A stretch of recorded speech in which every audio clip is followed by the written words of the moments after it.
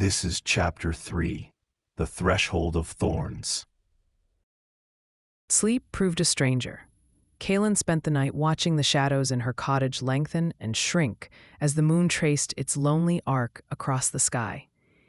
In the pre-dawn hush, the world was a palette of cold gray. It was the kind of flat, lifeless light that precedes a dawn you wish would never come. She moved through the single room with limbs that felt distant and disconnected. There was no panic or frantic rush.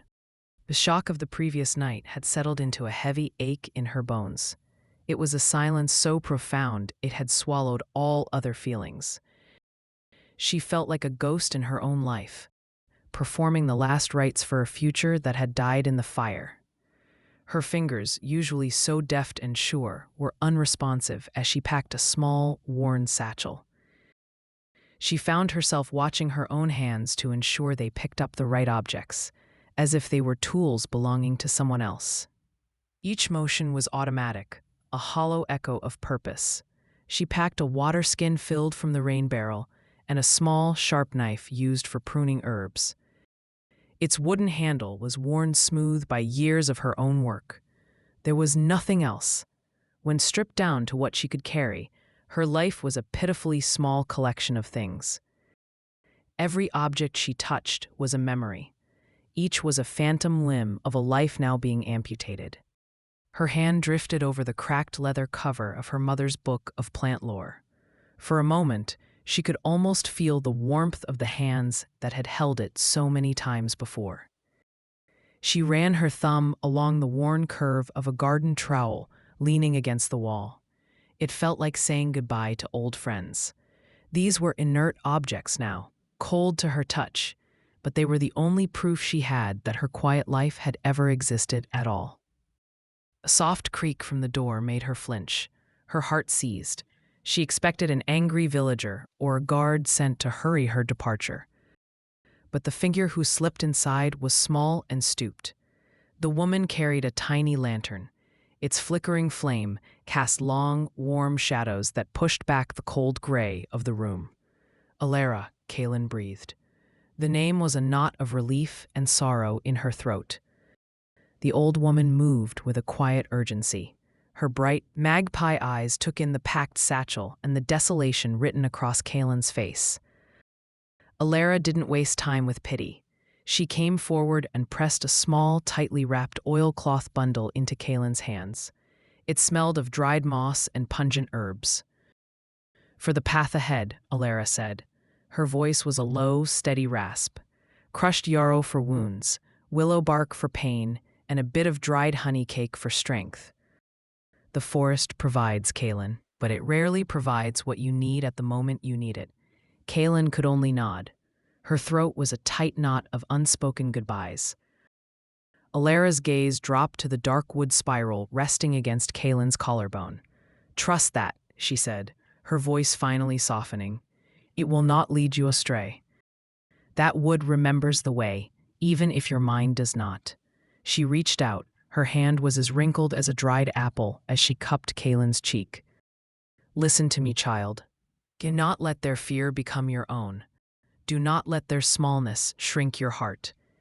Edgehaven banished a girl today, but the Elderbranch is waiting for a guardian." The words were a spark in the hollow darkness of Kaelin's grief. A guardian. The idea was so vast and so impossible that a dry, humorless laugh almost escaped her lips. She looked down at her own trembling hands. "I don't know how," she whispered. "You will learn," Alara said with unshakable certainty. She pulled Kaelin into a fierce, bony hug. It was not a soft embrace. It was a hug that tried to impart a lifetime of strength and stubborn defiance in a few short seconds. "I would walk with you if these old bones would carry me," she rasped, her voice thick with an emotion she rarely showed. "But this is a path you must walk alone. Go now, before the sun is truly up. Be brave, Kaelin, and be worthy of the song in your blood." With a final look that carried more weight than words, Alara vanished into the pre-dawn shadows. She left behind only the scent of herbs and the lingering warmth of her presence. Kaelin stood for a long moment, the oilcloth bundle clutched in her hand. The hollowness inside her remained, but a tiny defiant flame now flickered within it. Ilara's words, her mother's necklace, the weight of a legacy she was only just beginning to understand. A wet nose nudged her hand. Rowan had been a silent observer of the exchange. He rested his heavy head on her knee, his one good eye fixed on her face. Kaelin sank to the floor and buried her face in the thick fur of his neck. Her body finally surrendered to a single, shuddering, tearless sob. He was the only one left. As the first fragile fingers of dawn light touched the gray sky, tinting the edges of the clouds a bruised purple, she knew her time was up. She stood, her movements stiff, taking a deep, steadying breath. She took one last look around the small, sparse room. She saw the empty stool by the fire, the worn patch on the floor where she slept. On the table, the moon petal still glowed faintly in its bowl, a testament to her crime and her gift. She walked to the heavy plank door and lifted the iron bar from its bracket. The sound was a loud, final thud in the morning stillness. She pulled the door open. A draft of cool, damp air rushed in to meet her. Her first instinct was to pull it shut, sealing the memory of this room away from the world that had rejected her. But then another thought took root. It was a thought as small and sharp as a thorn. No. Instead of shutting it tight, she deliberately left the door ajar. This is still my home, she thought. A spark of defiance flared in the hollow ache of her chest. You can banish me, but you cannot erase me. With her satchel over her shoulder and the precious bundle from Ilara secured inside, Kaelin stepped out of her cottage for the last time. Rowan remained a silent, steadfast presence at her side. She did not look back.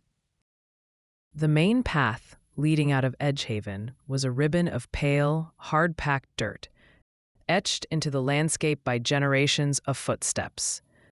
This morning, Kaelin's were the only ones upon it. She walked with her head held high, a small, desperate act of pride in the face of utter humiliation. Rowan trotted silently at her side, a dark, loyal shadow in the early dawn. His presence was a comfort, but it did little to ward off the oppressive feeling of being watched. The village was still wrapped in the slumber of early morning, the windows of the cottages dark and shuttered. Yet, Kaelin could feel the weight of 100 unseen eyes. She imagined the villagers in their beds, listening for the sound of her departure. She pictured them peering through the cracks in their shutters, their faces grim with the satisfaction of a problem solved. Every house she passed felt like a silent judgment. Every closed door was a final rejection. The silence was heavier and more condemning than the shouts of the night before. Then the sounds began, each one a sharp twist of a knife in her heart. There was the first ragged crow of a rooster, a sound she would never wake to again. Then came the distant, rhythmic clang of the forge, a pulse that had been the backdrop to her entire life. Now, that rhythm was no longer hers. Even the low, mournful moo of a cow from the dairy felt like a goodbye. These were the mundane sounds of a life she was now forbidden from, the heartbeat of a world that had cut her out like a diseased root. Her gaze stayed fixed on the point where the path met the forest. Looking back at the tended fields or the rooftops of her home was a risk she couldn't take. To do so would invite a wave of grief so vast it might pull her under. Instead, she focused on her movement. One foot in front of the other, a metronome of loss. The last marker of Edgehaven's territory was a crooked fence post, weathered gray by years of sun and rain. It was the unofficial boundary between the world of men and the world of the forest. As Kaelin's worn leather boots passed it, something inside her shifted. It was a feeling so unexpected it made her halt for a single stunned heartbeat. mingled with the profound, aching grief, was a startling, clean sliver of relief. For as long as she could remember, her life had been lived under constant, crushing pressure. The villagers' fear had been a yardstick against which she had to measure every word and every action. With that single step past the fence post, the immense weight evaporated from her shoulders. The air felt lighter. Her lungs seemed to expand more fully in her chest. The fear of what lay ahead in the Elderbranch was a vast and terrifying ocean. But it was a clean fear. This was an honest, primal fear of fang, frost, and starvation. Dangers that would test her body while leaving her soul untouched. It was a clean fear, free from the slow, creeping poison of the village's shame. Out here, she thought with startling clarity, a wolf might kill me, but it will not hate me. The path ahead was terrifying, but for the first time in her life, it was entirely, unequivocally hers. No one would judge her footsteps in the wild. Kaelin stopped at the edge of the wood. The Elderbranch was more than a collection of trees. It loomed before her as a single, breathing entity, a great, dark green ocean, ancient and watchful. No gentle slope offered entry. There was only a sudden, tangled wall of bramble and blackthorn, whose branches twisted together to form a dark archway. Faded ribbons and small, carved charms hung from the lowest branches. These were offerings left by hunters or fools who had dared to step beyond the safety of the fields. The canopy was so thick that the morning light barely penetrated the leaves, creating a wall of deep and mysterious shade. At this threshold, the air itself changed. The familiar sense of wood smoke and livestock gave way to something wilder and richer. It smelled of damp earth, decaying leaves, and wet stone. It was the scent of a deep life that was utterly indifferent to human concerns. Kaelin stood at the threshold of two worlds. Behind her, Edgehaven was already fading into a ghost of whispers and closed doors. Ahead, the forest stood as a vault of secrets, holding the truth of her parents' fate and the weight of her own name. A deep breath filled her lungs with the wild scent of the wood. Kaelin made her choice. Her first step left the villagers' hard-packed path for the soft, yielding moss of the forest floor. The ground seemed to sigh under her weight, as if accepting her presence. The journey of the outcast was over. The journey into the wild had begun. Her second step was blocked by a low-hanging branch of blackthorn. It was heavy with sharp spines and snagged with a villager's faded prayer ribbon. Before she could duck under the barrier, a sudden, soundless breeze rustled that single branch. The air remained motionless against her skin, yet the wood lifted away to clear her path. It settled back into place behind her like a closing gate. Logic named it the wind. Instinct called it a greeting. The border was more than a line on a map. It was a wall Kaelin could feel. One moment, the familiar sounds of Edgehaven were at her back. The next, she passed through the living gate of Thorns, and the world fell silent. Every trace of the village was swallowed by a silence so profound it felt like a living presence. The air grew cool and damp. It carried the heavy, rich perfume of 1,000 years of growth and decay. Above her, the dense canopy filtered the morning light into deep green shadows and shifting, luminous shafts of gold. Kaelin felt as though she were sinking into the depths of a vast emerald sea. The forest floor was a soft, forgiving carpet of moss and damp earth that swallowed Kaelin's footsteps. Rowan had trotted dutifully on the hard-packed dirt of the village paths, but here, he moved with a new and predatory grace. Alertness radiated from his every muscle. His nose twitched constantly, and his ears swiveled to catch noises Kaelin couldn't hear. He was no longer a village stray. He was a creature of the wild, and he was home. Kaelin stopped, straining to listen. She realized the familiar sounds of her old life had been replaced. In place of the smith's hammer, came the dry, rustling skitter of something unseen in the undergrowth. Instead of a cow's lowing, there was the high, piercing call of a bird she could not name. Beneath it all, an ancient oak groaned as it settled its weight, a sound like a giant stirring in its sleep. The forest was not silent. It spoke in a language she did not understand, where every syllable felt vast and complex. And it was watching her. The sensation was so pervasive that Kaelin froze. Her heart thumped a heavy rhythm against her ribs. She scanned the impenetrable walls of green, searching for a hidden predator or a pair of glinting eyes, but she found nothing. This was not the sharp focus of a single creature stalking its prey. It was something far larger. Every tree, every stone, and every shadow acted as an eye. All of them were turned upon her. The watchfulness was utterly different from the judgmental stares of the villagers. Edgehaven's gazes had been hot with fear and sharp with a need to find blame. This sensation was something else entirely. It was not hostile, nor was it welcoming. The presence was ancient and impartial. The entire forest seemed to be holding its breath as it assessed her passage through its domain. It was the gaze of a slumbering god that had just opened one eye to see who dared to walk across its floor. Kaelin walked on. Her path was guided by a faint, intuitive pull in her chest, rather than her sight. The sensation emanated from her mother's necklace, a subtle warmth against her skin that grew stronger when she faced one direction and cooler when she turned away. It was a compass guided by a forgotten memory. She had no choice but to trust it. With every step deeper into the woods, her thoughts swirled in a confusing torrent of fear and hope. Was she walking toward her doom, as the villagers believed? Was she a blight, a piece of unnatural chaos being drawn back into the wild sickness that had spawned her? Fear was a cold weight in her stomach. Every snapping twig sounded like a pursuing footstep.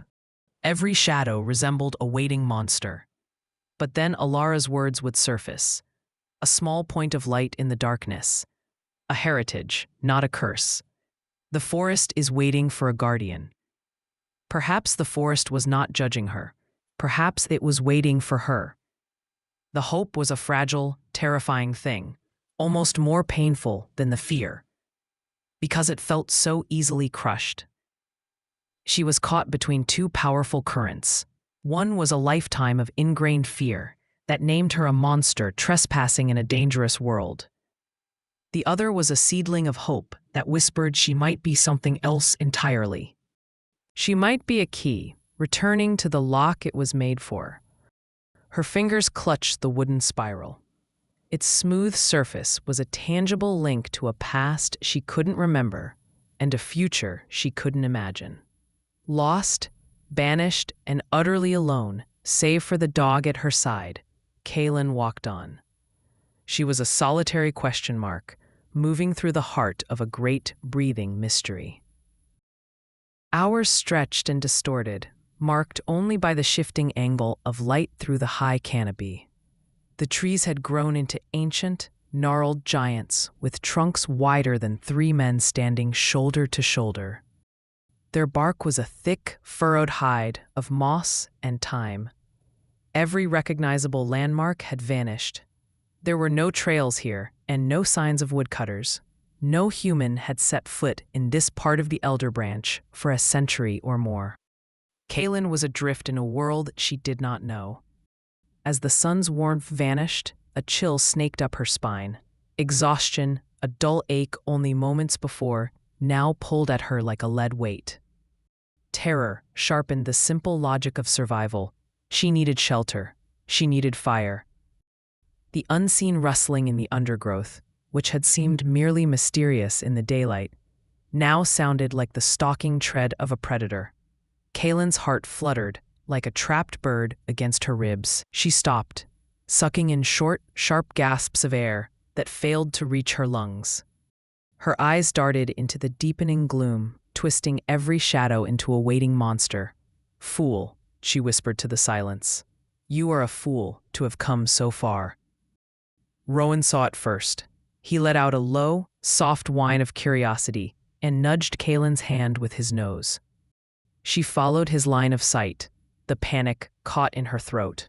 On the trunk of an ancient oak, a patch of moss had begun to glow.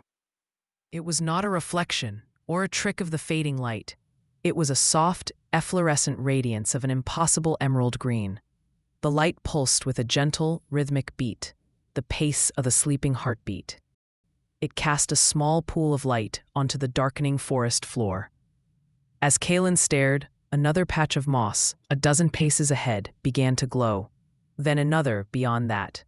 These were not random growths. They were lanterns lit for her. They formed an undeniable path through the deepening gloom. The forest was not abandoning her to the night. It was lighting her way. Fear did not vanish, but it was joined by a hesitant wonder, strong enough to quell the rising panic. With Rowan trotting confidently ahead, Kaelin followed the glowing trail. The tangled, thorny undergrowth began to thin. The trees grew taller and more skeletal as a dampness clung to the air. The path led them down into a sunken, misty basin where the very air seemed to hold its breath. Soon, Kaelin found herself walking along a stark line of contrast. To her right, the forest grew dense and forbidding. The trees were dark giants with bark like wrinkled iron and thorny undergrowth that clawed at the air. Rowan's hackles rose. He shied away from that side, a low growl rumbling in his chest. The air drifting from those woods was cool and heavy. It carried a stern, watchful silence that made the hair on Kaelin's arms stand up. To her left, the woods seemed to sing. The trees were lighter and more graceful. Through their leaves, she caught impossible glimpses of color and light. The air that breathed from this side was warm and sweet, thick with 1,000 unnamed perfumes. Rowan's tail gave a single, hesitant wag. His ears perked up at the distant melody of birdsong and the gentle hum of unseen, joyful things. A realization struck Kaelin with a jolt. She was walking a tightrope between two different worlds. The dark woods to her right felt like Edgehaven, a fortress of judgment where every cold gaze marked her as a trespasser. The singing woods to her left resembled a festival she wasn't invited to, a paradise of life and warmth that reminded her only of what she could never have. One would cast her out, the other would ignore her. Both left her utterly alone. The hum inside her chest, that strange and private compass, urged her onward along this stark border. She pushed through a final thicket of grasping briars belonging to the stern woods, while Rowan darted nimbly around them. They passed a curtain of sweet-smelling, flowering vines reaching out from the joyful side. Then Kaelin saw it. It was barely a trail, more a suggestion of one, but it was undeniably there. A narrow track of dark, packed earth lay flanked by ancient, moss-eaten stones. The path ran straight into the forest. A silent truce kept the warring natures of the wood from overwhelming it. This path was a place of undisturbed peace. A strange sense of recognition washed over her. This path felt right. It was a road for outcasts. Rowan stepped onto the track without hesitation before turning to look back at her. His tail gave a short, decisive wag. He was ready. As Kaelin took her first step onto the track, the air shifted through the high canopy. It was a collective exhalation from the ancient trees. A sound was woven into the wind. It was the same humming melody she had heard from her cottage window, the thrumming lullaby that had called to her from the edge of the woods. It was no longer a distant echo. It was here, all around her. It was a song of deep roots and old stone, of starlight on still water, and of endless cycles of decay and rebirth. It was the soul of the forest, and it was singing, the secret. Humming warmth in Kaelin's own blood surged in response. This was not a call and answer. It was a harmony, a small stream finding its way home to a great ancient river. She stopped and closed her eyes, letting the sound wash over her. The melody swirled closer. The breeze brushed against her ear like a physical touch, a whisper meant for her alone. Woven into the heart of the hum, so faint she almost thought she imagined it, a single note formed her name, Kaelin. Her eyes snapped open. She stood on a clear path in the heart of a darkening, living forest. She was a stranger in a land without a map, yet as the song washed through her, a sensation so powerful it made her knees weak took hold. It was a deep, resonant warmth. It was the feeling of her own roots sinking deep into the accepting earth. Tears welled in her eyes. It was the feeling of finally, truly, coming home. The forest was not just a place. It was a presence. And it knew she was there. She has crossed the threshold. The village is now a ghost of whispers, and the forest is a mother. Kaelin has found her harmony in the deep wood, but in the world of men, the silence is growing loud. In our next chronicle, we return to the hollow dawn of Edgehaven. While Kaelin sinks her roots into the wild, a boy named Rorik was learning that silence is not a shield, it is a poison. The gray rot is moving faster now that its only enemy has been cast out. The village is dying, and the shadows are hungry for the truth. Do not follow her into the dark unprepared. At the foundation of this record, I have left a way for you to find your guardian and a collector pack for the journey. Claim them now, before the light fails. I remain the first memory. Watch the shadows, for they are watching you.